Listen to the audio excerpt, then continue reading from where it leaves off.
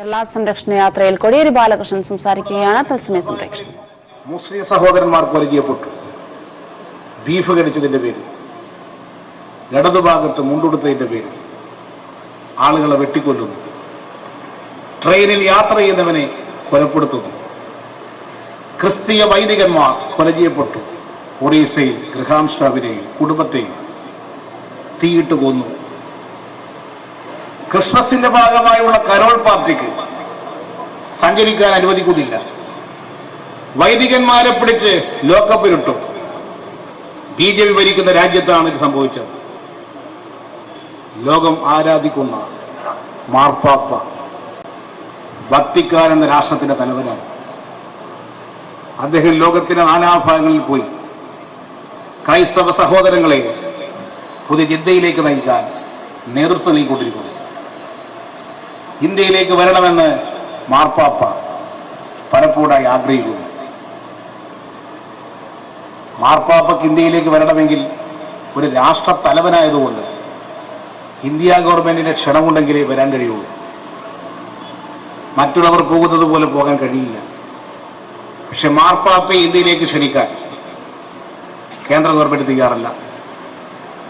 ഏറ്റവും ചെറിയ രാജ്യത്തുള്ള തലവന്മാരെ, ഉഗാണ്ടയിലെയും മറ്റുമുള്ള ആളുകളെ റിപ്പബ്ലിക് ദിനത്തിലും സ്വാതന്ത്ര്യ ദിനത്തിലും വിളിച്ചുകൊണ്ടുവന്ന് ആരാധിക്കുന്ന BJP എന്തുകൊണ്ടാണ് മാർപ്പാപ്പ, ഒരു രാഷ്ട്രത്തലവനായ മാർപ്പാപ്പയെ ഇന്ത്യയിലേക്ക് വിളിക്കാത്തത്? ഒരു മതവിഭാഗങ്ങളോട് കാണിക്കുന്ന വിവേചന നിലപാടില്ലേ? കേന്ദ്രത്തിൽ അൽഫോൺസ് കണ്ണന്താനം എന്ന് പറയുന്ന ഒരാളെ മന്ത്രിയാക്കി. ആ കണ്ണന്താനത്തിന് ഇടപെട്ട് നരേന്ദ്രമോദിയോട് പറഞ്ഞ് ഇത്രയും കാലമായി എന്തുകൊണ്ട് മാർപ്പാപ്പയെ ഇന്ത്യയിൽ കൊണ്ടുവരാൻ കഴിഞ്ഞില്ല? ക്രൈസ്തവ സഭകൾ ആവശ്യപ്പെട്ടിട്ടോ ഈ ആവശ്യം അംഗീകരിച്ചു കൊടുക്കാൻ എന്തുകൊണ്ട് കേന്ദ്രത്തിലൊരു മന്ത്രി മലയാളിയായിട്ടുള്ള അൽഫോൺസ് കണ്ണന്താനം ഉണ്ടായിട്ട് എന്തുകൊണ്ട് ഇത് സാധിച്ചില്ല? BJP ഇപ്പൊ പ്രചരിപ്പിക്കുന്നത് ഞങ്ങൾക്ക് ഈ വിഭാഗങ്ങളോടൊന്നും വിരോധമില്ല എന്ന് പറയാൻ അല്ലേ അൽഫോൺസ് കണ്ണന്താനത്തെ മന്ത്രിയാക്കി ഒരു സഹ മന്ത്രിസ്ഥാനം കൊടുത്ത് ഇരുത്തിയിരിക്കുന്നത്. ആകെ അദ്ദേഹത്തോട് പറഞ്ഞിരിക്കുന്നത് മോദി, നിങ്ങൾ ഇതിലൊന്നും ഇടപെടേണ്ട, നിങ്ങൾ ഒരു കാര്യം ചെയ്താൽ മതി. ടൂറിസം മന്ത്രി എന്നുള്ള നിലയിൽ എന്താ ടോയ്ലറ്റ് വിജിലൻസ് കോഡ് പരിശോധിക്കുക. രാജ്യത്ത് നല്ല കക്കൂസ് ഉണ്ടോ എന്നത്. അതുകൊണ്ടാണ് ഈ അൽഫോൺസ് കണ്ണന്താനം പോകുന്ന സ്ഥലത്ത് മുഴുവൻ കക്കൂസ് പരിശോധിക്കുക. നിങ്ങൾ കണ്ടില്ലേ, ശബരിമലയിൽ അദ്ദേഹം പോയി. ഇവിടത്തേക്ക് അദ്ദേഹം പോയത് എല്ലാ ടോയ്ലറ്റും ഒന്ന് പരിശോധിച്ചു. എന്താണ് ഈ ക്രൈസ്തവ സഭകൾ ഉന്നയിച്ച ആവശ്യം? അത് നിർവഹിച്ചു കൊടുക്കാൻ എന്തുകൊണ്ട് അദ്ദേഹത്തിന് സാധിച്ചില്ല? RSSന്റെ നയം മാത്രമേ അൽഫോൺസ് കണ്ണന്താനത്തിന് ചെയ്യാൻ സാധിക്കുള്ളൂ. ഇതിന്റെ ഭാഗമായിട്ടല്ലേ ഒരു രാഷ്ട്രത്തലവൻ ആയ മാർപ്പാപ്പക്ക് ഇന്ത്യയിൽ പ്രവേശനം നിഷേധിച്ചത്? മതന്യൂനപക്ഷങ്ങളോട് സ്വീകരിച്ചു വരുന്ന നിലപാടിന്റെ ഏറ്റവും പ്രകടമായ ഉദാഹരണമാണ്. എല്ലാ മതവിഭാഗത്തിൽപ്പെട്ടവർക്കും തുല്യനീതി ഉറപ്പുവരുത്തണമെങ്കിൽ ഇടതുപക്ഷത്തിന് ഇടപെടാൻ കഴിയുന്ന ഒരു പാർലമെന്റ് ഈ രാജ്യത്തുണ്ടാകണം. അതാണ് ഇടതുപക്ഷത്തിന്റെ പ്രത്യേകത. ഈ ലോക്സഭാ തിരഞ്ഞെടുപ്പിൽ കേരളത്തിൽ ഇടതുപക്ഷ പ്രവർത്തകന്മാർക്ക് ആത്മവിശ്വാസത്തോടു കൂടി ജനങ്ങളെ സമീപിക്കാൻ കഴിയും. LDFന്റെ സർക്കാർ ചെയ്ത നേട്ടങ്ങൾ അതിത്തവണത്തെ തെരഞ്ഞെടുപ്പിൽ നമുക്കൊരു മുതൽക്കൂട്ടാണ്. ഈ ഗവൺമെന്റ് വന്നതിന് ശേഷം നടന്ന എല്ലാ ഉപതെരഞ്ഞെടുപ്പുകളിലും ഇടതുപക്ഷത്തിന് മുന്നേറ്റം ഉണ്ടായി. മലപ്പുറം ലോക്സഭ ഉപതെരഞ്ഞെടുപ്പ് മുൻ തെരഞ്ഞെടുപ്പിനേക്കാൾ LDFന് 1,05,000 വോട്ട് ആ ലോക്സഭാ മണ്ഡലത്തിൽ വർദ്ധിച്ചു. വേങ്ങര അസംബ്ലി ഉപതെരഞ്ഞെടുപ്പ് ഇടതുപക്ഷത്തിന്റെ വോട്ട് വർദ്ധിച്ചു. ചെങ്ങന്നൂർ ഉപതെരഞ്ഞെടുപ്പ് ഇടതുപക്ഷത്തിന് ചരിത്ര വിജയം കിട്ടി, ഭൂരിപക്ഷം വർദ്ധിച്ചു. തദ്ദേശ ഭരണ സ്ഥാപനങ്ങളിൽ 14 ഘട്ടങ്ങളിൽ ഉപതെരഞ്ഞെടുപ്പ് നടന്നു. 14 ഘട്ടങ്ങളിലും ഇടതുപക്ഷത്തിന് മുൻതൂക്കമുണ്ടായി, ഭൂരിപക്ഷം ലഭിച്ചു. കോളേജുകളിൽ സർവകലാശാല യൂണിയനുകളിൽ ഇലക്ഷൻ നടന്നപ്പോൾ ഇടതുപക്ഷ വിദ്യാർത്ഥി സംഘടനകൾ വമ്പിച്ച മുന്നേറ്റം കാഴ്ചവെച്ചു. പുതിയ തലമുറ എങ്ങോട്ടാണ് എന്ന് വ്യക്തമാക്കുന്ന ഒരു ഘടകമായിരുന്നു അത്. ഇത് ലോകസഭാ തെരഞ്ഞെടുപ്പിൽ ഇതിന്റെ ഏറ്റവും ഉയർന്ന രൂപം കേരളത്തിലുണ്ടാകും. കഴിഞ്ഞ ലോകസഭാ തെരഞ്ഞെടുപ്പിൽ കേരളത്തിൽ നമുക്ക് 8 സീറ്റാണ് കിട്ടിയത്. 12 സീറ്റ് അത് UDF-നാണ് കിട്ടിയത്. ഇത്തവണ നമുക്ക് വൻ വിജയം നേടാൻ കഴിയുന്ന ഒരു സാഹചര്യമാണ് കേരളത്തിലുള്ളത്. ഇടതുപക്ഷ മുന്നണി സർക്കാർ 3 വർഷം പൂർത്തീകരിക്കാൻ പോവുകയാണ്. 1000 ദിവസം തികഞ്ഞതിന്റെ വിവിധ പദ്ധതികൾ സംസ്ഥാനത്ത് ഉദ്ഘാടനം ചെയ്തുകൊണ്ടിരിക്കുന്നു. 1000 ദിവസം കൊണ്ട് 1500 പദ്ധതികൾ സർക്കാർ നടപ്പാക്കി. ഇന്ന് 1004ാമത്തെ ദിവസമാണിത്. 3 വർഷം പൂർത്തീകരിക്കുമ്പോൾ ഈ സർക്കാർ 3ാമത്തെ വർഷത്തെ പ്രോഗ്രസ് റിപ്പോർട്ട് പ്രസിദ്ധീകരിക്കും. കഴിഞ്ഞ 2 വർഷങ്ങളിൽ ഓരോ വർഷവും പ്രോഗ്രസ് റിപ്പോർട്ട് പ്രസിദ്ധീകരിച്ചു. ഒരു ഗവൺമെന്റും ഇന്ത്യയിൽ ചെയ്യാത്ത കാര്യം. അതാണ് ഇടതുപക്ഷം ഇവിടെ പുതിയൊരു സമീപനം, പുതിയൊരു കാഴ്ചപ്പാട് അവതരിപ്പിച്ചു. സാമൂഹ്യനീതി എന്നത് ഇലക്ഷൻ മാനിഫെസ്റ്റോയിൽ ഒരു മുദ്രാവാക്യമായി നിർത്താനല്ല ഇടതുപക്ഷം തയ്യാറായത്. അത് നടപ്പാക്കിക്കൊണ്ടിരിക്കുന്നു. അതിന്റെ ഭാഗമായി ഏറ്റവും വലിയ പരിഗണന കൊടുക്കേണ്ടെന്ന വിഭാഗമായി സ്ത്രീകളെ കണ്ടെത്തുകയും സ്ത്രീ പദവി ഉയർത്തണം എന്ന് സർക്കാർ തീരുമാനിച്ചു. സ്ത്രീ പദവി ഉയർത്തണമെങ്കിൽ സ്ത്രീകൾക്ക് വരുമാനം വർദ്ധിക്കണം. ഈ ലക്ഷ്യത്തോടു കൂടി സർക്കാർ വിവിധ പ്രവർത്തനങ്ങൾ കേരളത്തിൽ സംഘടിപ്പിച്ചു. ഒരു വനിതാക്ഷേമ വകുപ്പ് സംസ്ഥാനത്ത് രൂപീകരിച്ചിരിക്കുകയാണ്. ബഡ്ജറ്റിൽ 11% വനിതാക്ഷേമ പ്രവർത്തനങ്ങൾക്ക് മുൻകാലങ്ങളിൽ കൊടുത്തുകൊണ്ടിരുന്നത്. ഈ വർഷം അത് 16%. എല്ലാ വകുപ്പുകളും അവർക്ക് കൊടുത്ത ഫണ്ടിൽ നിന്ന് 10% വനിതാ ഘടക പദ്ധതിക്ക് വേണ്ടി മാറ്റിവെക്കണം. അങ്ങനെ ജെൻഡർ ബഡ്ജറ്റ് അവതരിപ്പിക്കാൻ തയ്യാറായ ഇന്ത്യയിലെ സർക്കാർ ഇടതുപക്ഷ ജനാധിപത്യപര സർക്കാരാണ്. കേരളത്തിൽ സ്ത്രീകൾക്ക് കൂടുതൽ തൊഴിലവസരങ്ങൾ ഉണ്ടാക്കാൻ സർക്കാർ ഇടപെട്ടില്ലേ? പബ്ലിക് സർവീസ് കമ്മീഷൻ 1,00,000 പേരെ നിയമിച്ചു, ജോലി കൊടുത്തു. അതിൽ ഭൂരിപക്ഷം സ്ത്രീകൾക്കാണ് ജോലി കിട്ടിയത്. സ്ത്രീകൾ കൂടുതൽ തൊഴിൽ സാധ്യതയുള്ള മേഖലയായ വിദ്യാഭ്യാസ വകുപ്പിലും ആരോഗ്യ വകുപ്പിലും 20,000 പുതിയ തസ്തിക സൃഷ്ടിച്ചു. കേരള സംരക്ഷണ യാത്ര തെക്കൻ മേഖലാ ജാഥയുടെ ഭാഗമായി കോടിയേരി ബാലകൃഷ്ണൻ കോട്ടയത്ത് സംസാരിക്കുകയായിരുന്നു. മോദി സർക്കാരിന്റെ മതന്യൂനപക്ഷത്തോടുള്ള വ്യത്യസ്തമായ നിലപാടാണ് ഫ്രാൻസിസ് മാർപ്പാപ്പയെ ഇന്ത്യയിലേക്ക് ക്ഷണിക്കാത്തതിന് പിന്നിലെന്നും അദ്ദേഹം കൂട്ടിച്ചേർത്തു. എല്ലാ മതവിഭാഗത്തെയും തുല്യതയോടെ പരിഗണിക്കണമെങ്കിൽ ഇടതുപക്ഷം അധികാരത്തിലെത്തണമെന്നും അദ്ദേഹം വ്യക്തമാക്കി. മുഖ്യമന്ത്രി പിണറായി വിജയനെതിരെ യൂത്ത് കോൺഗ്രസ് നേതാവിന്റെ കൊലവിളി പ്രസംഗം. മുഖ്യമന്ത്രിയുടെ കഴുത്തിൽ കത്തിവെക്കുമെന്നും യൂത്ത് കോൺഗ്രസ് സംസ്ഥാന നേതാവ് ബാലു കനാലാണ് തൃശൂരിൽ പൊതുവേദിയിൽ കൊലവിളി മുഴക്കിയത്. തൃശൂർ കോർപ്പറേഷന് മുന്നിൽ നടന്ന യൂത്ത് കോൺഗ്രസ് ഉപവാസ സമരത്തിലായിരുന്നു കോൺഗ്രസ് നേതാവ് ബാലു കനാൽ മുഖ്യമന്ത്രിക്കെതിരെ കൊലവിളി പ്രസംഗം നടത്തിയത്. മുഖ്യമന്ത്രി പിണറായി വിജയന്റെ കഴുത്തിൽ കത്തിവെച്ച് സമാധാനം സൃഷ്ടിക്കുമെന്നും കത്തിയെടുക്കാൻ യൂത്ത് കോൺഗ്രസിന് മടിയില്ലെന്നുമായിരുന്നു ബാലു കനാലിന്റെ കൊലവിളി പ്രസംഗം. Youth Congress Thrissur parliament committee സെക്രട്ടറിയും ചേർപ്പ് സർവീസ് സഹകരണ സംഘം ഡയറക്ടറുമാണ് ബാലു കനാൽ. കോൺഗ്രസ് പ്രവർത്തകർ എടുത്താലേ ഈ നാട്ടിലുള്ള കൊലപാതകങ്ങൾ അവസാനിക്കുള്ളൂ എങ്കിൽ ഞങ്ങൾ വീണ്ടും വീണ്ടും ആവർത്തിക്കുന്നു, പിണറായി വിജയന്റെ കഴുത്തിൽ കത്തിവെക്കാൻ യൂത്ത് കോൺഗ്രസ് തയ്യാറാവും, യാതൊരു സംശയവും വേണ്ട. പ്രാദേശിക വിഷയത്തിന്റെ പേരിൽ സംസ്ഥാനമാകെ ആക്രമണം നടത്തുന്ന യൂത്ത് കോൺഗ്രസ് നടപടി അപലപനീയമെന്ന് LDF കൺവീനർ A. വിജയരാഘവൻ പ്രതികരിച്ചു. കേരളത്തിൽ ബോധപൂർവം അക്രമ പരമ്പരകൾ കെട്ടഴിച്ചു വിടുക എന്ന ലക്ഷ്യത്തോടു കൂടിയാണ് അവർ നീങ്ങിക്കൊണ്ടിരിക്കുന്നത്. ഹർത്താലിന്റെ മറവിൽ തന്നെ വലിയ തോതിലുള്ള ആക്രമണ പ്രവർത്തനങ്ങൾ അവർ കെട്ടഴിച്ചു വിടുകയുണ്ടായി.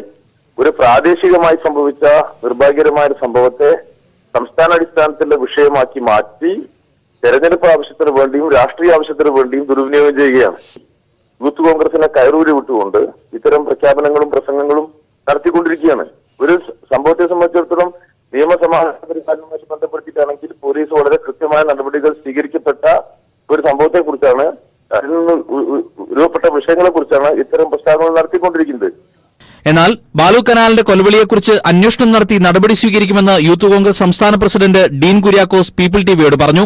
അല്ല, അതിനകത്ത് ഞാൻ ഇന്ന് രാവിലെ പത്രത്തിൽ അത് വായിച്ച ഉടനെ തന്നെ ഞാൻ അതിനെ സംബന്ധിച്ച് റിപ്പോർട്ട് ആവശ്യപ്പെട്ടിട്ടുണ്ട്. തൃശൂർ പാർലമെന്റ് പ്രസിഡന്റിനോട് ഞാൻ റിപ്പോർട്ട് ആവശ്യപ്പെട്ടിട്ടുണ്ട്.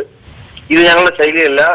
വെല്ലുവിളി പ്രസംഗം അല്ലെങ്കിൽ ഭീഷണി പ്രസംഗം എന്നൊക്കെ പറയുന്നത് യൂത്ത് കോൺഗ്രസിന്റെ ശൈലിയില്ല. ഞങ്ങൾ ഒരിക്കലും അതിനെ അംഗീകരിക്കില്ല. റിപ്പോർട്ട് കിട്ടിയതിനു ശേഷം ഈ സംഭവം അവിടെ നടന്നിട്ടുണ്ട് എന്ന് ബോധ്യപ്പെട്ടിട്ടുണ്ടെങ്കിൽ കൃത്യമായ നടപടി ഉണ്ടാകും. കാസർഗോഡ് വിഷയത്തിൽ സംസ്ഥാനത്തൊട്ടാകെ കനത്ത ആക്രമണങ്ങളും കലാപങ്ങളുമാണ് കോൺഗ്രസും യൂത്ത് കോൺഗ്രസും അഴിച്ചുവിട്ടത്.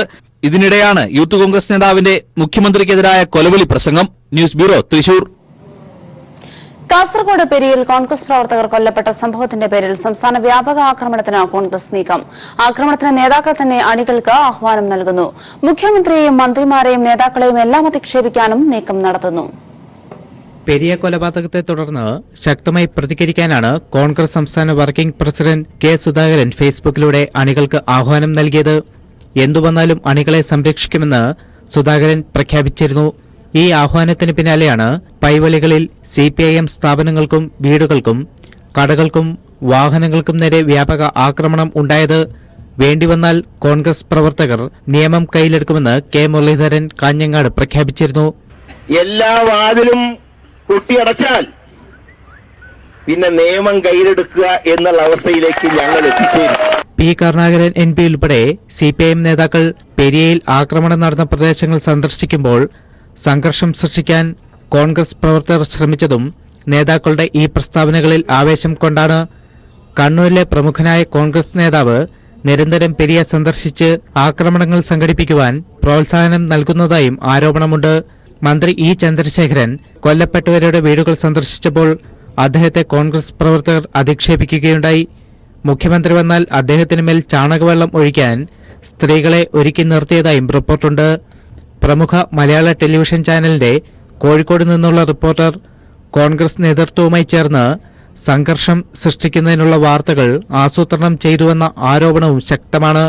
മുഖ്യമന്ത്രിയെ അധിക്ഷേപിക്കാൻ നടന്ന നീക്കവും കല്യോട്ട് ഇന്നലെ സംഘർഷം സൃഷ്ടിച്ചതും സംസ്ഥാന വ്യാപക അക്രമം ലക്ഷ്യമിട്ടാണ്. വരും ദിവസങ്ങളിലും സമാന ശ്രമങ്ങൾ സംസ്ഥാന വ്യാപകമായി ഉണ്ടാകുമെന്നാണ് ലഭിക്കുന്ന സൂചനകൾ. News bureau, Kasaragod.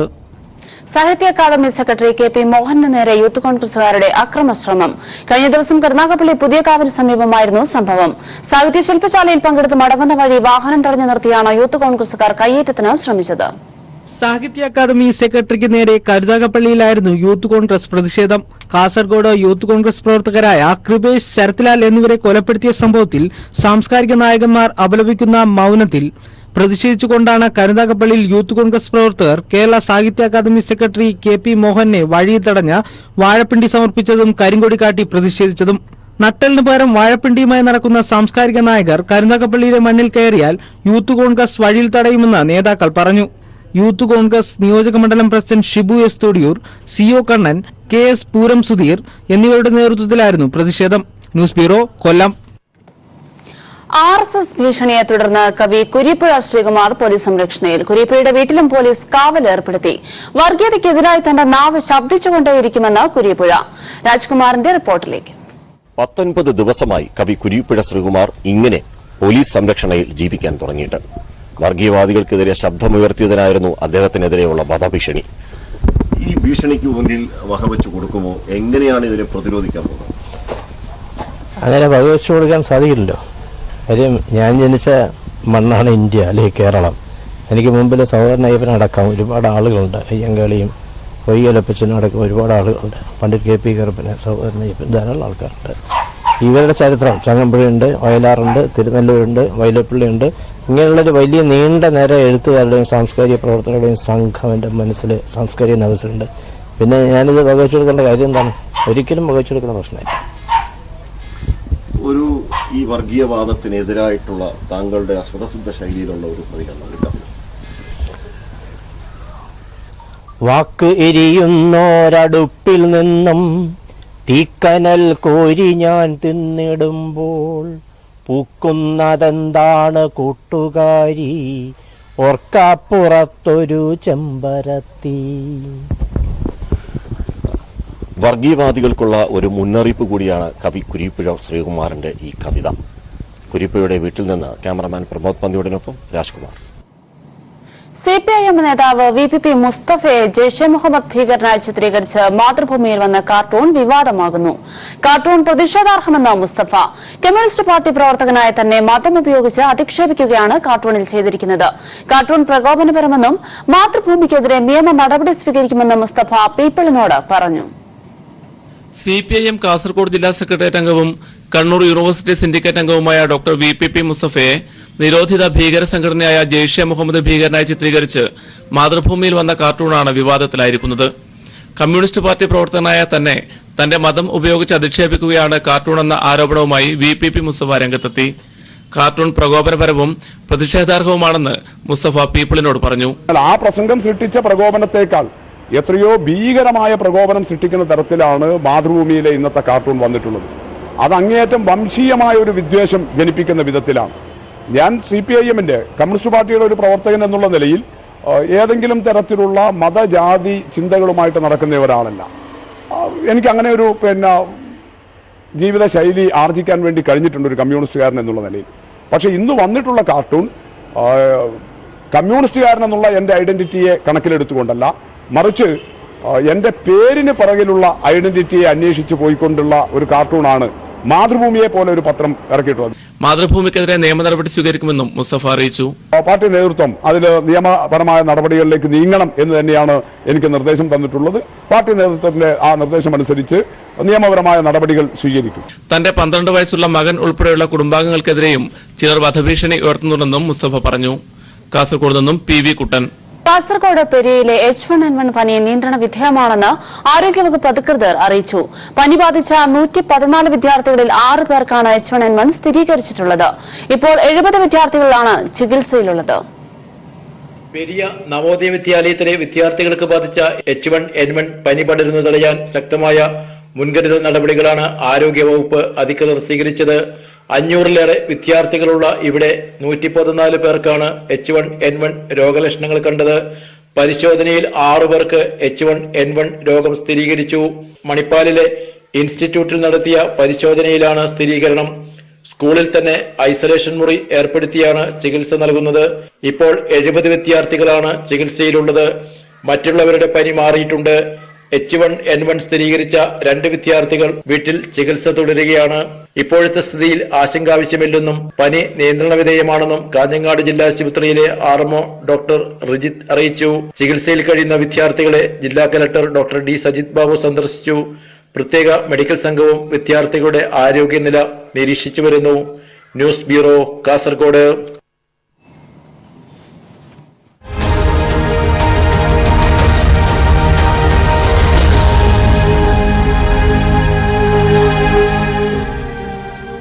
കുത്തക മാധ്യമങ്ങൾ UDFന്റെ ഘടകകക്ഷികളായി പ്രവർത്തിക്കുന്നുവെന്ന് കോടിയേരി ബാലകൃഷ്ണൻ. തെരഞ്ഞെടുപ്പ് മുന്നിൽ കണ്ട BJPയും കോൺഗ്രസും ഒന്നിക്കാൻ നീക്കം നടത്തുന്നുവെന്നും കോടിയേരി പറഞ്ഞു. LDF ജനസംരക്ഷണ യാത്രയുടെ ഭാഗമായി കോട്ടയത്ത് കുറുപ്പംതറയിൽ സംസാരിക്കുകയായിരുന്നു അദ്ദേഹം. വിശ്വാസികളുടെ പേര് പറഞ്ഞുകൊണ്ട് കോൺഗ്രസും BJPയും യോജിക്കാൻ ഇവിടെ അണിയറ നീക്കം നടന്നുകൊണ്ടിരിക്കുകയാണ്. അതുകൊണ്ട് ഇത്തരത്തിലുള്ള ചില കുത്തക മാധ്യമങ്ങൾ ഇപ്പോൾ UDFന്റെ ഘടകകക്ഷികളെ പോലെ പ്രവർത്തിക്കുകയാണ്. കേരള സംരക്ഷണ യാത്ര വരവേൽക്കാൻ ശബരിമല മുൻ മേൽശാന്തിയും. വൈക്കം ബോട്ടുചെട്ടിയിൽ നടന്ന സ്വീകരണ യോഗത്തിലാണ് ശബരിമല മുൻ മേൽശാന്തി തലയാഴം മാരാമറ്റത്ത് മനയിൽ PJ നാരായണൻ നമ്പൂതിരി ജാഥ ക്യാപ്റ്റൻ കോടിയേരി ബാലകൃഷ്ണനെ ഷോൾ അണിയിച്ച് സ്വീകരിച്ചത്. ശബരിമല സ്ത്രീ പ്രവേശന വിധിയുടെ പശ്ചാത്തലത്തിൽ ജനങ്ങളെ ഭിന്നിപ്പിക്കാൻ കോൺഗ്രസും BJPയും ശ്രമിക്കുമ്പോഴാണ് ശബരിമല മുൻ മേൽശാന്തി PJ നാരായണൻ നമ്പൂതിരി മതനിരപേക്ഷ നിലപാടുയർത്തിയുള്ള കേരള സംരക്ഷണ യാത്രയെ സ്വീകരിക്കാനെത്തിയത്. ജാഥ ക്യാപ്റ്റൻ കോടിയേരി ബാലകൃഷ്ണനെ മേൽശാന്തി ഷാൾ അണിയിച്ച് സ്വീകരിച്ചു. സാധാരണക്കാർക്ക് തൃപ്തി നൽകുന്ന സർക്കാരാണ് കേരളം ഭരിക്കുന്നത്. ഭക്തിക്ക് പ്രായഭേദമില്ല. ശബരിമലയുടെ വികസനത്തിനു വേണ്ടി കോടികൾ അനുവദിച്ച സർക്കാരാണിത്. തീർത്ഥാടകർക്ക് എല്ലാ സൗകര്യങ്ങളും ഒരുക്കി തീർത്ഥാടനം സുഗമമാക്കി. ഇത്തരത്തിൽ സർക്കാർ നൽകുന്ന സഹായങ്ങളാണ് ശബരിമലയിലെ വികസനത്തിന്റെ സത്യമെന്നത് നിഷേധിക്കാനാവില്ലെന്നും അദ്ദേഹം പറഞ്ഞു. News bureau, Kottayam. കോടിയേരി ബാലകൃഷ്ണൻ നയിക്കുന്ന തെക്കൻ മേഖലാ ജാഥ കോട്ടയം ജില്ലയിൽ പര്യടനം തുടരുകയാണ്. 2 ദിവസങ്ങളിലായി 7 കേന്ദ്രങ്ങളിലായാണ് ജാഥ സ്വീകരണം ഏറ്റുവാങ്ങുക. മോദിയുടെ ഭരണത്തിൽ സംതൃപ്തരായ ഒരു ജനവിഭാഗവും രാജ്യത്തിൽ ഇല്ല എന്ന CPI സംസ്ഥാന സെക്രട്ടറി കാനം രാജേന്ദ്രൻ. മോദിയെ അധികാരത്തിൽ നിന്ന് ഇറക്കാതെ രാജ്യം രക്ഷപ്പെടില്ലെന്ന തിരിച്ചറിവ് എല്ലാവർക്കും ഉണ്ടാവണമെന്നും കാനം പറഞ്ഞു. മലപ്പുറം കൊണ്ടോട്ടിയിൽ LDF വടക്കൻ മേഖലാ ജാഥയുടെ സ്വീകരണത്തിൽ സംസാരിക്കുകയായിരുന്നു അദ്ദേഹം. 5 വർഷക്കാലമായി നരേന്ദ്രമോദി ജനങ്ങളോട് പറഞ്ഞുകൊണ്ടിരിക്കുന്ന കാര്യങ്ങൾ എത്ര നടപ്പിലാക്കി എന്ന് പരിശോധിക്കാം. മോഡിയെ അധികാരത്തിൽ നിന്ന് ഇറക്കാൻ ഇവിടെ ഗവർണർ മാസ്റ്റർ പറഞ്ഞു. ഇറക്കാനുള്ള വഴിയെക്കുറിച്ച് മാത്രം നമ്മൾ ആലോചിക്കും. ഇപ്പോ 5 വർഷക്കാലം ഈ ഭരണം ഉണ്ടായിരുന്നു. ഈ ഭരണത്തിൽ ഏതെങ്കിലും ജനവിഭാഗങ്ങൾ സംതൃപ്തരാണ്? കാനം രാജേന്ദ്രൻ നയിക്കുന്ന വടക്കൻ മേഖലാ ജാഥ ഇന്ന് മലപ്പുറം ജില്ലയിൽ പര്യടനം തുടരുന്നു. ജില്ലാതിർത്തിയായ ഐക്കരപ്പടിയിൽ LDF ജേതാക്കൾ ജാഥയെ സ്വീകരിച്ചു. 3 ദിവസമാണ് മലപ്പുറം ജില്ലയിലെ പര്യടനം നടക്കുക.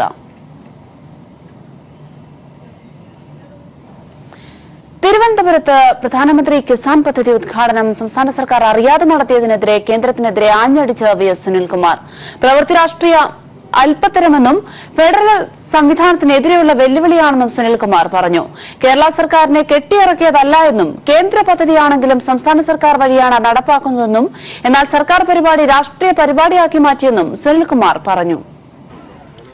അത് ഇവിടെ നടക്കുന്നതാണ് സംസ്ഥാനതല ഉദ്ഘാടനം. ഞാനാണല്ലോ കൃഷി വകുപ്പ് മന്ത്രി. അവിടെ നടക്കുന്നത് ഒരു രാഷ്ട്രീയ അല്പത്തരാണ്. അതായത് ഇപ്പോൾ നടക്കുന്നത് ഞാൻ മനസ്സിലാക്കുന്നത് സാധാരണ നിലയിൽ സംസ്ഥാന ഗവൺമെന്റും കേന്ദ്ര ഗവൺമെന്റും എന്നൊക്കെ പറയുന്ന ഗവൺമെന്റുകളാണ്. അത് ഭരിക്കുന്ന ആളുകൾക്ക് പല രാഷ്ട്രീയം ഉണ്ടായിരിക്കും. പക്ഷെ കേന്ദ്ര ഗവൺമെന്റ് കൊടുക്കുന്ന പൈസയും സംസ്ഥാന ഗവൺമെന്റ് കൊടുക്കുന്ന പൈസയും നമ്മുടെ ഖജനാവിലെ പൈസയാണ്. അത് വിതരണം ചെയ്യുന്ന പരിപാടികൾ ഗവൺമെന്റുകളാണ് സംഘടിപ്പിക്കുന്നത്. ഇപ്പോൾ സംസ്ഥാന ഗവൺമെന്റും കേന്ദ്ര ഗവൺമെന്റും സംയുക്തമായിട്ടാണ് എല്ലാ കാര്യങ്ങളിലും ഫണ്ടുകൾ അനുവദിക്കുന്നത്. അപ്പോൾ അതിൽ ചില കാര്യങ്ങളിൽ സംസ്ഥാന ഗവൺമെന്റ് മാത്രം നടത്തുന്ന പരിപാടികളുണ്ടാവും, ചില കാര്യങ്ങളിൽ കേന്ദ്ര ഗവൺമെന്റ് കോൺട്രിബ്യൂഷൻ ഉണ്ടാവാറുണ്ട്. ഈ പ്രധാനമന്ത്രി കൃഷി സമ്മാൻ പദ്ധതി എന്ന് പറയുന്നത് അപേക്ഷ സ്വീകരിക്കുന്നതും അതിന്റെ ഫസ്റ്റ് വാലിഡേഷൻ നടത്തുന്ന എല്ലാം സംസ്ഥാന കൃഷി ഡിപ്പാർട്ട്മെന്റാണ്. അപ്പോൾ കഴിഞ്ഞ ആഴ്ച ഒരു 5 ദിവസം മുമ്പാണ് കേന്ദ്ര ഗവൺമെന്റിന്റെ ഭാഗത്തുനിന്ന് ഒരു അറിയിപ്പ് വന്നു. സംസ്ഥാന തലത്തിലെ 24-ാം തീയതി ഉദ്ഘാടനം വെക്കണം 10 മണിക്ക്, ജില്ലാതലത്തിൽ ഉദ്ഘാടനം വെക്കണം, ബ്ലോക്ക് അടിസ്ഥാനത്തിൽ ഉദ്ഘാടനങ്ങൾ വെക്കണമെന്ന് തീരുമാനിച്ചു. രജത ജൂബിലി ആഘോഷിക്കുന്ന തൃശൂർ ചെന്നായിപ്പാറ ദിവ്യഹൃദയാശ്രമത്തിന് ജോയാലുക്കാസ് ഫൗണ്ടേഷൻ നിർമ്മിച്ച സ്നേഹഭവൻ മന്ദിരം സമർപ്പിച്ചു. അന്തേവാസികൾക്ക് താമസിക്കാൻ ഉതകും വിധമാണ് ഭവനം സജ്ജീകരിച്ചിരിക്കുന്നത്. കെട്ടിടത്തിന്റെ ആശീർവാദ കർമ്മം തൃശൂർ അതിരൂപത മുൻ ബിഷപ്പ് മാർ ജേക്കബ് തുങ്കുഴി നിർവഹിച്ചു. MLA അഡ്വക്കേറ്റ് കെ രാജൻ പരിപാടി ഉദ്ഘാടനം ചെയ്തു. Joyalukkas foundation trustee Jolly Joyalukkas, Alukkas group chairman Joyalukkas, father George Kannamplackal തുടങ്ങി നിരവധി പ്രമുഖർ പങ്കെടുത്തു.